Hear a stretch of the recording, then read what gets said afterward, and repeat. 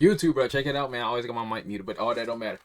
Why did South Beach Tow fell off? I know why, but I want to see what's the real reason, bro. Because they, after like season, what, I think 1 or 2, it started getting outrageous, bro. The show was good. Then it started getting outrageous, bro. Like True TV started doing that fake reality TV jump.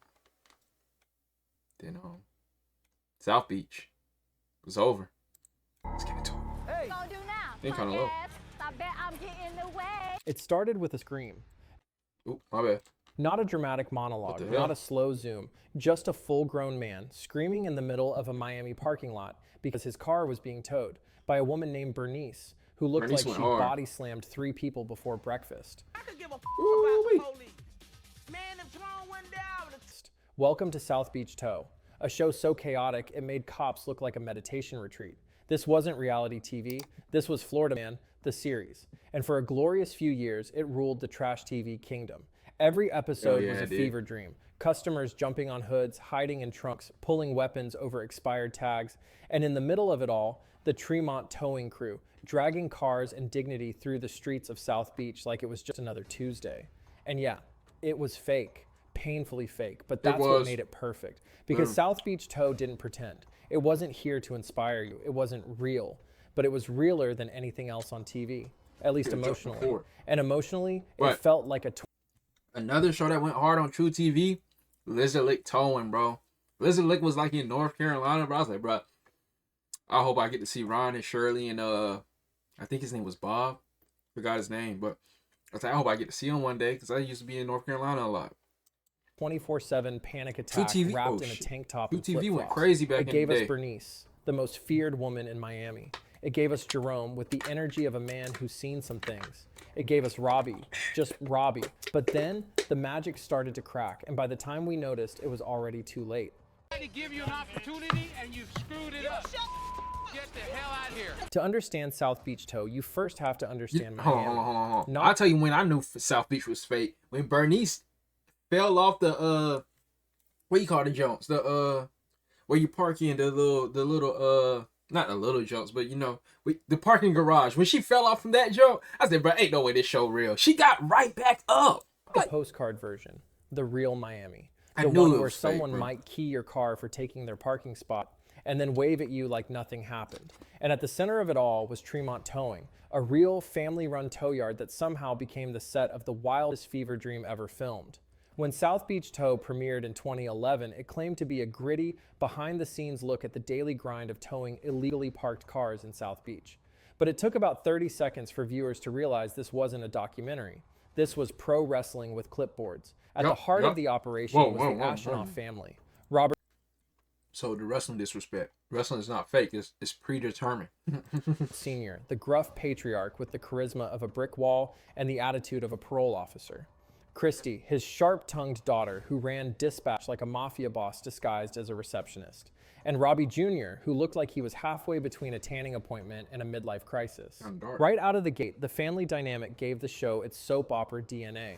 Christy and Robbie bickered like siblings on a sugar high, and Robert Sr. mostly stood around yelling at both of them to get it together, which, spoiler, they never did.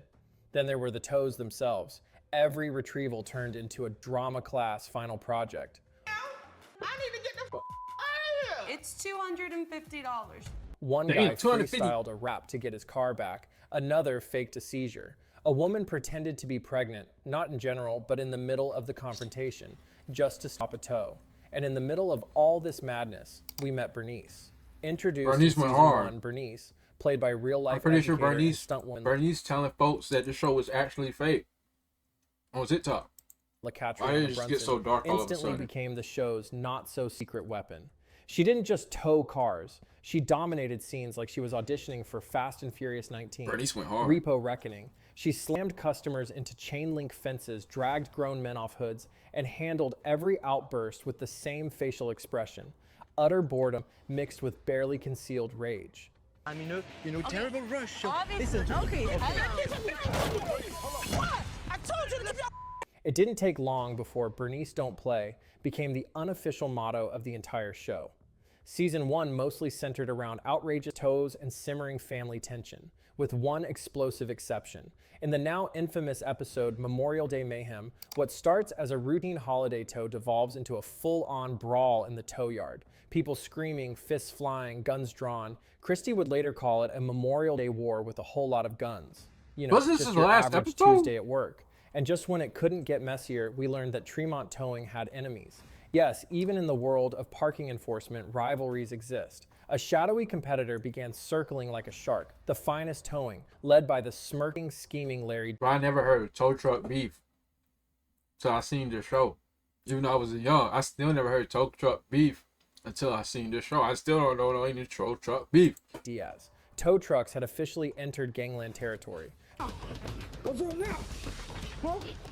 What's on now? By the end of season 1, the writing was on the wall, and probably also on a few broken windshields. Tremont wasn't just dealing with angry customers. They were at war with each other, with their rivals, with logic. But the best part, this barely scratches the surface of how much more ridiculous it was going to get.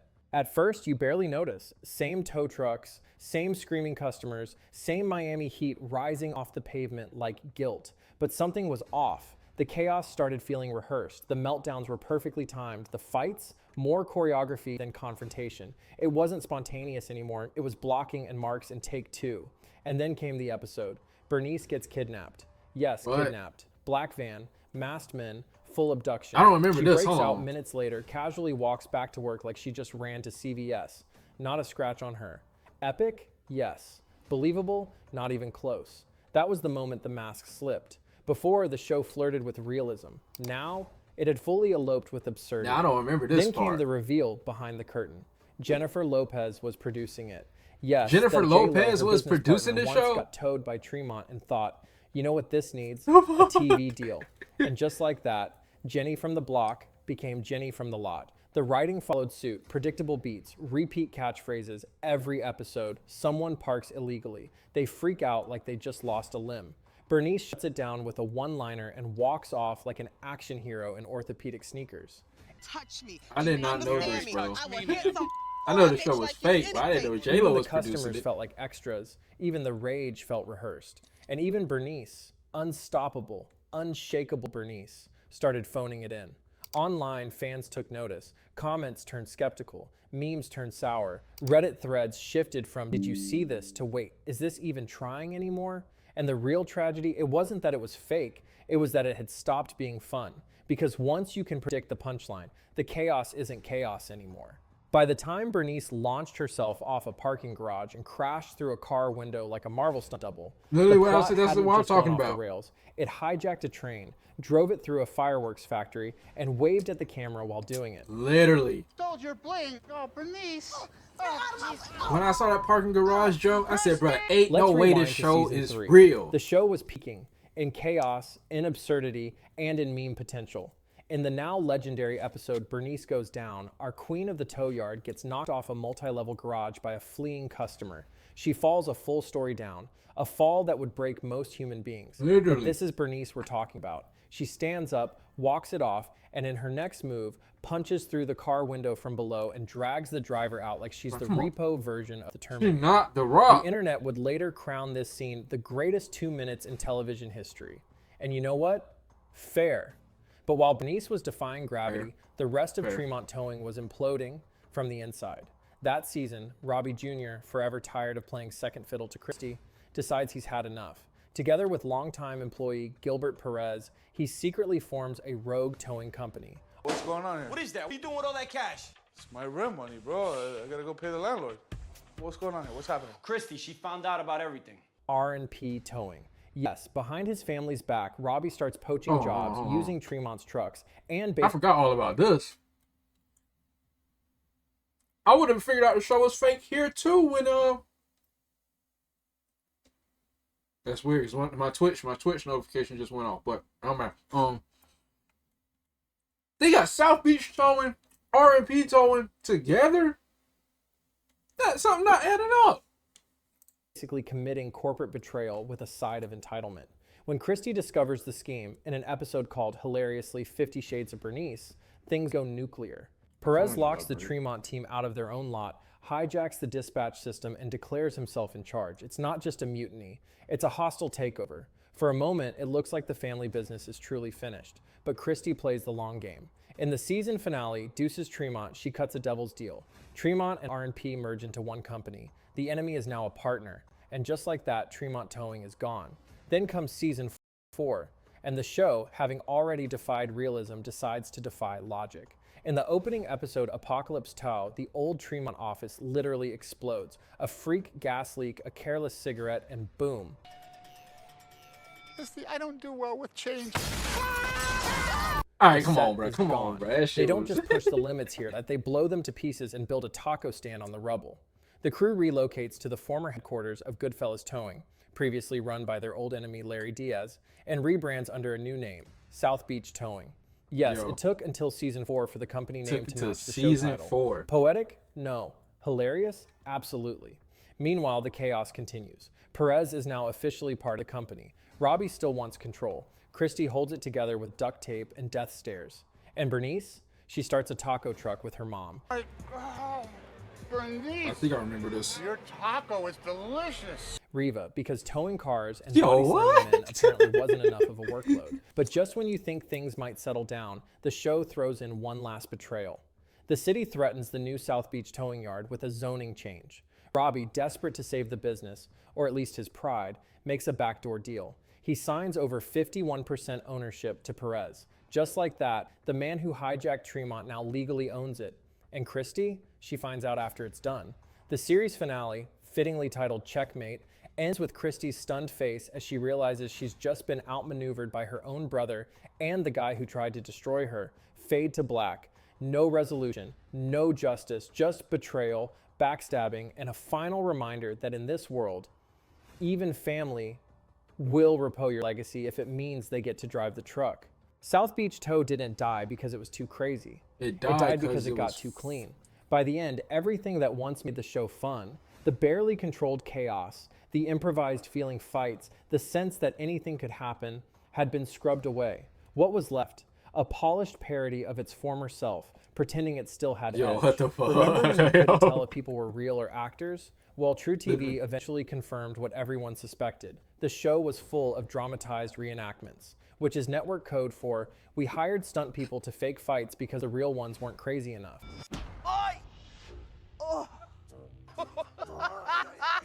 The tow yard was now a soundstage. The customers were clearly actors, and every punch, scream, or meltdown felt like it had been through 3 rehearsals and a focus group.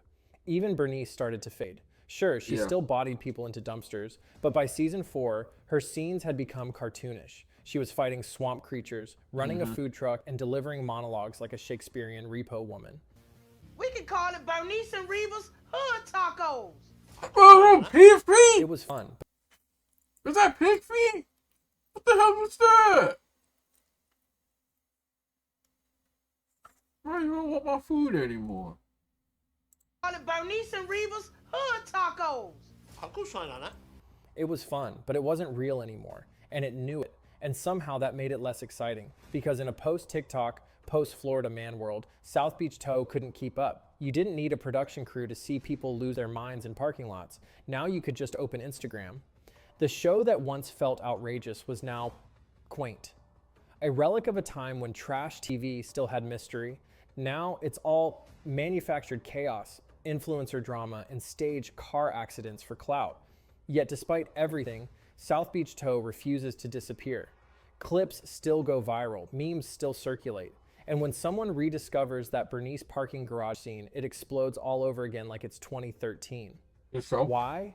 Because no matter how fake it got, the show had heart. A weird, chaotic, taco truck driving, forklift smashing heart. It wasn't just bad TV, it was great bad TV. The kind that sticks with you, makes you laugh, and reminds you that sometimes the dumbest things are also the most entertaining. Base to Bernice.